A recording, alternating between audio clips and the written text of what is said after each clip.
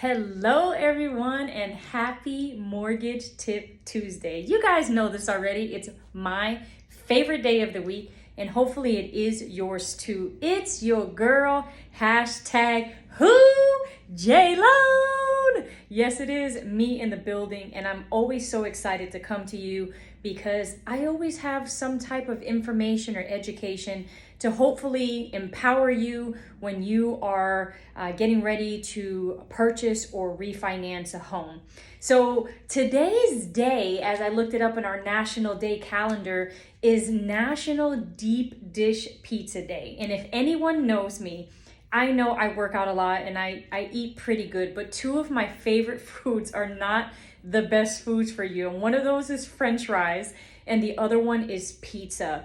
Now, granted, I love me a fresh slice, straight off the plane, New York slice of pizza, but I had my taste of going to Chicago and having a deep dish stuffed pizza from Chicago. And I tell you, it is fantastic. So today, if you like pizza, go find you some deep dish pizza and go enjoy the day. Now, back to my Mortgage Tip Tuesday. I wanted to talk a little bit about, we always hear in the industry how FHA loans are not favorable, and or you'll see a listing that says cannot accept FHA or not accepting FHA. And then obviously in this whole market of not having availability, realtors are pushing for you to have conventional loans. And that is because a couple things. One, there could be lack of education, okay, of understanding what FHA loans are, and that not every borrower is a non-qualified borrower. And there's reasons why people go FHA over conventional. So one of them is lack of education. But the two main reasons, I'm going to give you this up front, why sellers or listing agents would probably not want an FHA loan besides education, because there are some smart realtors out there that understand. But two of the main reasons why is there is an FHA amendatory clause that a seller and their agents and the buyer must sign. And what this FHA amendatory clause basically states is that you, the buyer, are not legally responsible to purchase the home if the home appraises for less than what the contract price comes in at. So it's kind of like an escape clause that you're not legally bound to do it. Now, can you? Yes, you can buy the home if you financially have the capability to pay the difference between your appraised value and the purchase price, but you're not legally bound to do so. And so they call this your escape clause, where you can go in and if the home doesn't appraise, you can back out and still get your earnest money back.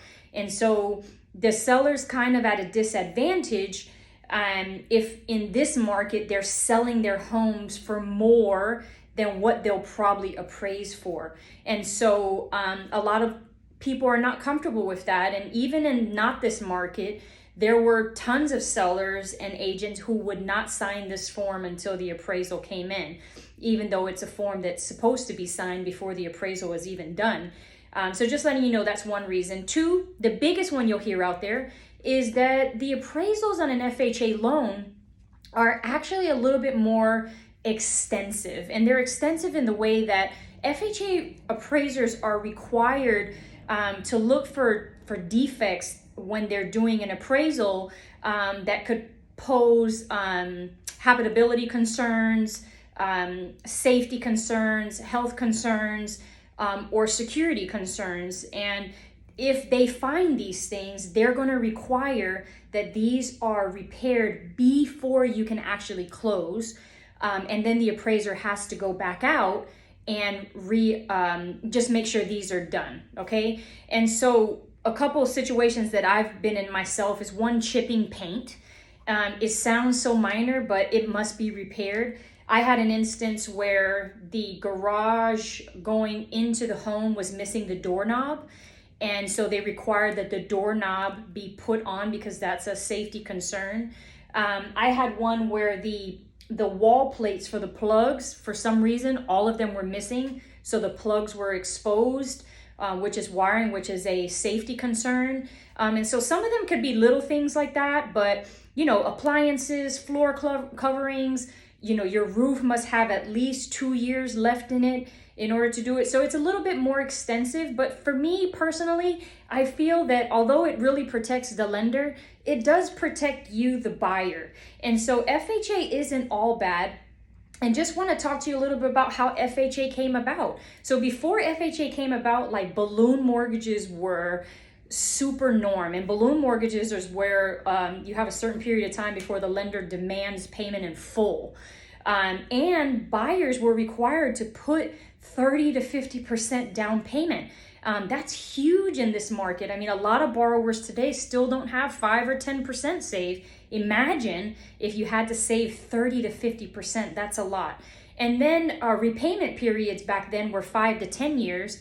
And when FHA came around, they extended that to 20 or 30 years, which obviously helped with foreclosure rates. Now, FHA typically is easier for lower down payments and lower credit scores and higher debt to income files, but I wanted to talk about why not FHA, and I have not in parentheses because that's kind of like reverse psychology. I love the program. When I first got into doing home loans, I helped so many borrowers refinance, debt consolidate, and just save so much money that of borrowers who wouldn't typically qualify for conventional, but it doesn't necessarily make them a bad borrower. Okay, so one, it is not just for lower credit score borrowers. I have tons of borrowers who have excellent credit scores, but they for some reason they don't meet the conventional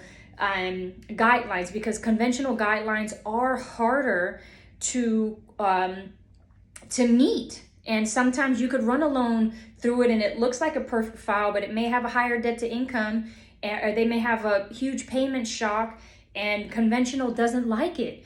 Also, if you're going conventional and you don't have a 680 credit score, your mortgage insurance premium is way higher if it's less than 680. Like if you're at a 620 score and needing mortgage insurance on a conventional loan, not only is your rate going to be super high, but so is your mortgage insurance, and you'd be better off going FHA. Number two, it is not easier to qualify for. Okay, it really isn't. Just because you're allowed to have a lower credit score or a higher debt to income, you go through the same process as a conventional borrower. We need the same documents, if not more, because of the fact that you have some borrowers, not all, may have a higher risk to lend to. So it isn't easier to qualify for at all. And then number three, it's not just for borrowers who have little savings. It really isn't just for borrowers who have little savings. I have tons of borrowers who have savings who don't meet the other qualifications, or I want to give you some information. So let's educate here a little bit, okay? So FHA versus conventional. All right, so the first thing is your down payment. So your down payment on an FHA for many years was the lowest because conventional only went down to 5%. Well, times have changed. And so FHA is at 3.5%, where your conventional is 3%, and it says FTHB, which means first-time homebuyer. So if you're a first-time homebuyer or recently divorced and displaced, or haven't purchased a home in the past 3 years, you can get 3% on your conventional loan, or of course, FHA hasn't changed. That's 3.5%. Now, what about your bankruptcy chapter 7? Your bankruptcy chapter 7, which means that all your debts are actually wiped out. It's 2 years from your discharge date on FHA, and then conventional is 4 years from your discharge date. Now, I'm a big believer that what we see on paper doesn't always depict people's stories, okay? Because there's death, divorce, coronavirus. There are situations that happen that when we look on paper, it may not be pretty, but I'm a big believer that those people still deserve the chance and the opportunity to still buy or refinance their home. And FHA gives them that option a lot sooner than conventional does. Okay, now foreclosure, this is a big one. So foreclosure is 3 years from the transfer date back to the bank. And then conventional is 7 whole years from your transfer date. That's a long time for you not to be able to purchase a home.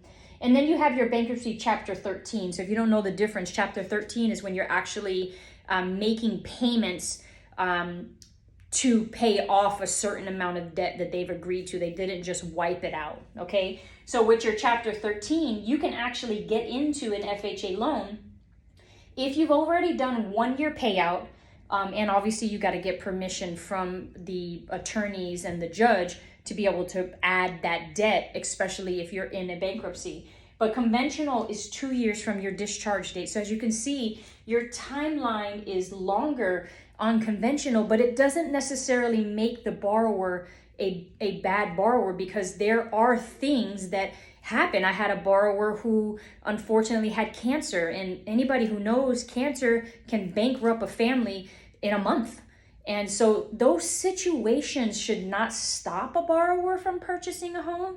And FHA realized that and gives a borrower that second chance to still achieve the American dream of home ownership and still allow them to take advantage of refinancing, lower rates, debt consolidation, all those type of loans that come with it a lot sooner than conventional does. So again, I understand why sometimes a home doesn't qualify for FHA, but I don't agree that a realtor or a seller will totally negate those offers. Again, we're in a different market today than we have ever been in before, and it doesn't favor FHA loans for many reasons, but I just wanted to put out there that you are still more than qualified. Borrowers are still more than qualified. And I think it takes a simple phone call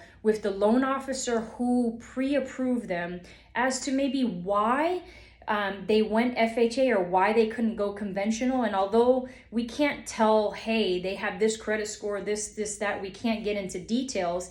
But I had a listing agent call me and say, you know, I'm really concerned with this conventional offer because they're only putting 3% down. So they don't seem like they have the money to afford this home.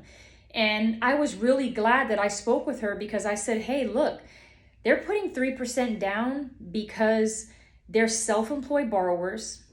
They have tons of money in the bank. But after what just happened the past 2 years with coronavirus, they choose to feel safer for their family and their kids and their business to invest a little bit of money into their housing and have more padding in case something happens or gets affected in their business. But they are perfect borrowers. And believe it or not, I won that offer based on that conversation.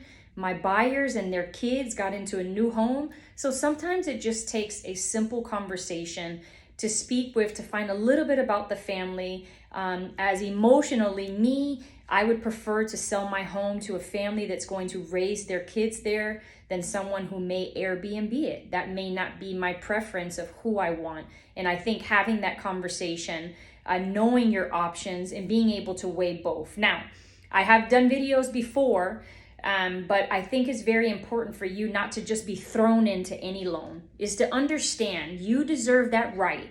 Remember, I work for you. I'm helping you educate. So if you come to me, I'm going to explain to you why one over the other, and explain to you maybe why you didn't qualify for one over the other, and just lay it out for you to make that financial decision that's best for you and your family. So I know this video is a little bit longer than I normally do my videos, but I felt like this information is so helpful. And I hope that it helps you. I hope that it helps my agents out there, my sellers out there, my buyers out there to feel more empowered and educated on an FHA loan. Of course, if you have any questions, I'm so excited to take your phone call, answer those questions for you the best of my ability. and hopefully get your home sold, hopefully get you into a home, or hopefully just educate you. So of course, my number is always there for you, 817-601-5456. It's your girl, JLoan. I'm signing off until next week. As always, I want you to be safe, I want you to be blessed, and I want you to have a great rest of your week. Talk to you soon. Bye-bye.